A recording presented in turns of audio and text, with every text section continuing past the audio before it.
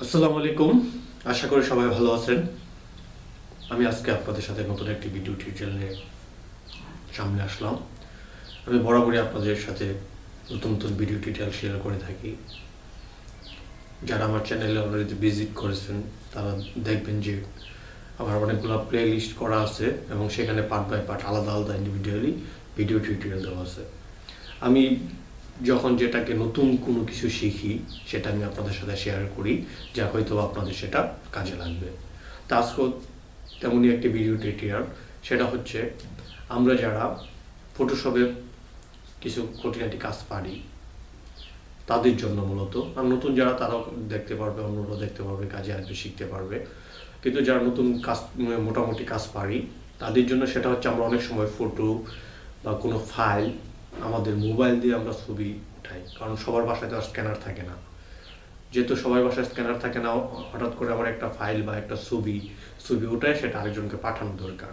তো দেখা যায় আমি যখন ছবিটা উঠাচ্ছি ক্যামেরা মোবাইল দিয়ে, যতই চেষ্টা করি না কেন সেটাকে আমি চার কোণা ঠিক রেখে, মানে আয়তাকার ঠিক রেখে, সাইজ ঠিক রেখে সেটা করা সম্ভব হয় না।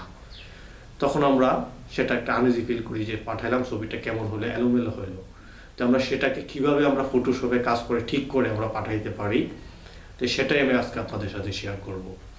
যদি সেটা আপনারা করেন তাহলে ছবির আপনার কোয়ালিটি ঠিক থাকবে এবং সাইজ ঠিক থাকবে এবং দেখে বলবে যে না তার কাজটা সুন্দর এবং সে সন্তুষ্ট হবে, কাঙ্ক্ষিত ছবিটা সে পাবে। তো সেটা আমরা কিভাবে করব, তো চলুন দেখা যাক। এই জন্য আপনাকে যা করতে হবে, প্রথমেই বলছি যারা মোটামুটি ফটোশপের কাজ করেন বা পারেন, ধারণা আছে তাদের জন্য, আর যারা পারেন না তারা হয়তো বা ফটোশপ ইনস্টল করা থাকলে সেই ভিডিওটা দেখে করতে পারবেন।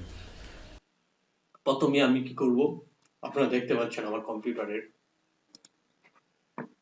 প্রথমে আমি আমার এখানে ফটোশপ CS6 ভার্সনটা ইনস্টল করা আছে। তা আপনি CS6 এ করতে পারেন অথবা যে কোনো ভার্সনে সেটা করতে পারবেন, আমি যেটা দেখাচ্ছি। তো CS6 যদি থেকে থাকে তাদের জন্য আরো সহজ হবে। তো দেখেন আমি CS6 ভার্সনটা ওপেন করলাম। ওপেন করার পরে আমি আমার ড্যাশবোর্ডটা এভাবে সাজিয়ে নিয়েছি, আপনাদের ড্যাশবোর্ড যেভাবে থাকুক না কেন সেভাবেই থাকবে। আপনি শুধু ফটোশপে ঢুকবেন, ঢুকে ফাইলে যাবেন, ওপেন করবেন। ওপেনে গিয়ে আপনার যে ছবিটা আপনি কাজ করবেন সেটা, এখানে আমি আমার এখানে ছবি, একটা ছবি আছে এটাকে সিলেক্ট করে ওপেন করতেছি।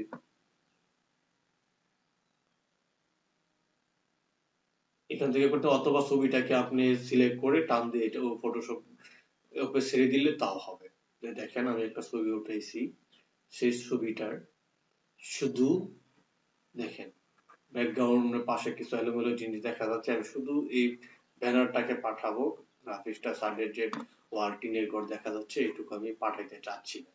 তাইলে আমি এটা কি করবো, দেখেন দুই মাথা সমান না, যে আমি ক্রপ টুল দিয়ে কি করব সেটাকে কেটে নিব, সেটাও সম্ভব না। দেখেন আমি দেখাচ্ছি, যদি ক্রপ টুল দিয়ে আপনি কাটেন, ক্রপ টুল আমি সিলেক্ট করলাম, দেখেন ক্রপ টুল দিয়ে যদি আপনি কাটেন, দেখেন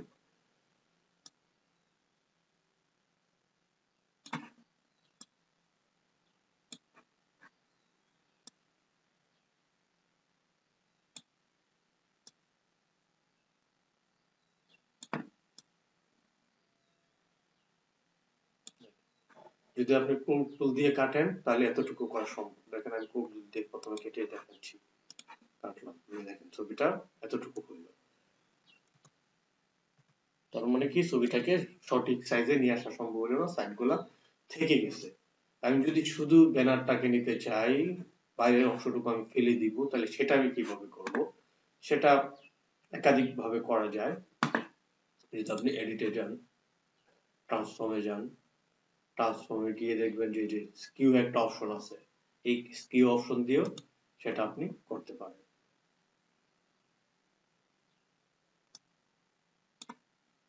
স্কিউ অপশনে গিয়ে দেখেন আপনি ছবিটাকে টেনে যদি কোনার গুলা এভাবে বসান, দেখেন আমি দেখাচ্ছি, করলাম, দেখেন এই কোনারে দুটির কোনারটাকে টেনে নিয়ে জায়গায় নিয়ে আসতেছি।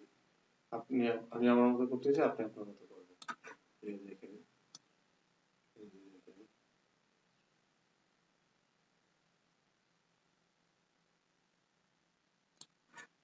এই যে দেখেন,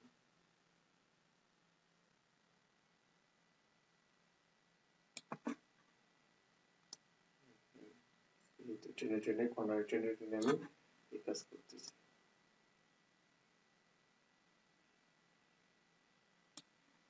এতটুকু যদি আমি পরবর্তীতে গ্রুপ করে নিই তাহলে আমার এটা হয়ে যাবে। এটা হচ্ছে একটা অপশন, আমি ডোন্ট সেভ দিলাম। আরেকটা অপশন দেখাচ্ছি যে গ্রুপ টুলের এখানে ক্লিক করবেন, সেটা হচ্ছে দেখেন রেসপেক্টিভ গ্রুপ টুল একটা অপশন আছে দেখেন, এটাকে আপনি ধরেন, তবে এই যে দেখেন পুরোটা ড্রাইভ করে আনলাম, দেখেন এরকম একটা গ্রাফিক্স হবে। যে দেখেন আবারও দেখাচ্ছি টুলটাকে, এখানে গ্রুপ টুল যেটা ছিল এখানে নিচে ক্লিক করবে, 2 নম্বর যে টুলটা আছে দেখেন নেটের মতো, এই টুলটাকে আপনি সিলেক্ট করে এটাকে মাউসের রাইট বাটনে ক্লিক করে টেনে দিবেন, এরকম হয়ে যাবে। তো হওয়ার পরে এই যে এটা তো সেম কর্নারে গুলা দেখেন, আপনি কোথায় বসাবেন সেটাকে নিয়ে ধরে দিয়ে দিন। দেখেন দুইটা অপশনই দেখাচ্ছি, আপনি যেটাতে আপনার সহজ মনে হবে সেটা দিয়ে করবেন। দেখেন আমি কর্নার গুলাতে সিলেক্ট করে রেখে দিচ্ছি।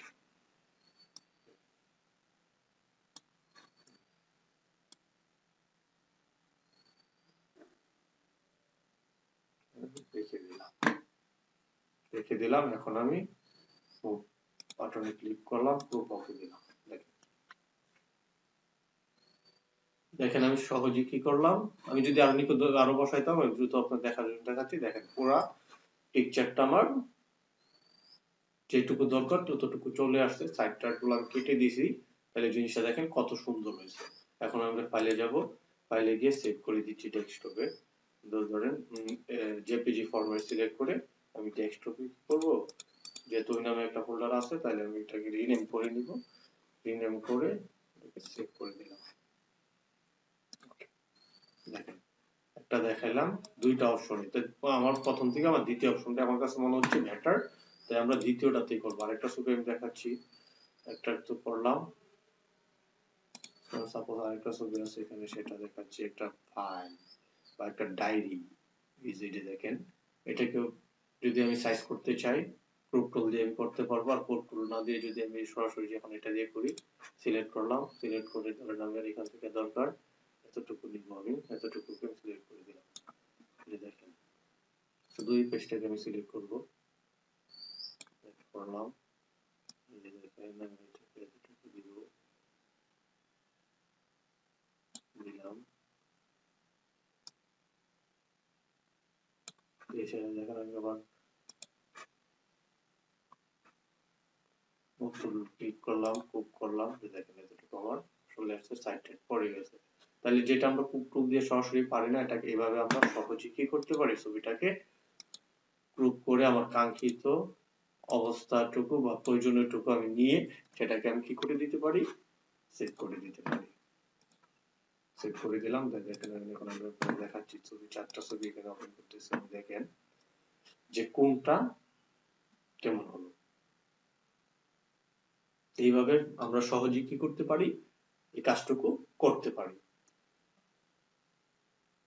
যারা নতুন বিষয়টা দেখলেন অবশ্যই আপনারা, আশা করি আপনাদের কাজে লাগবে এবং সহজে আপনারা এখন এই কাজটুকু করতে পারবেন।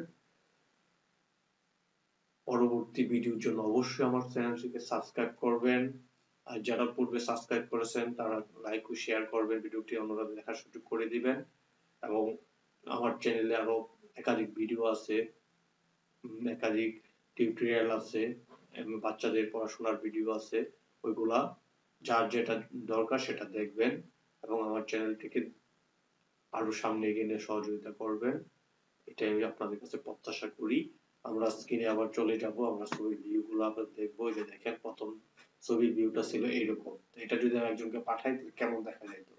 তাহলে এটাকে আমি একটু কাজ করে, যদি ফটোশপে একটু কাজ করে নিই, এই যে দ্বিতীয়টা হচ্ছে এটা, দেখেন আমরা কাজ করার পরে কি হয়েছে, কত ছবিটা কত সুন্দর হয়েছে। এখন সেটা আমি গ্রাফিক্স, এই কালার বা বিভিন্ন জিনিসগুলো আমি আরো ইমপ্রুভ করতে পারতাম, সেটা না, আমি শুধু যেহেতু আমার শুধু প্রুভ করার সিস্টেমটা আমি দেখাতে চাচ্ছি, এই জন্য আদার্স কাজে আমি যাই নাই, আপনাদেরকে শুধু এতটুকুই দেখানো।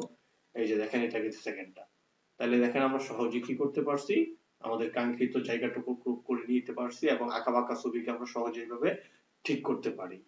তাই ধন্যবাদ সবাইকে, আবারও কথা হবে, দেখা হবে নতুন কোনো ভিডিও নিয়ে, নতুন কোনো টিউটোরিয়াল নিয়ে। ধন্যবাদ সবাইকে।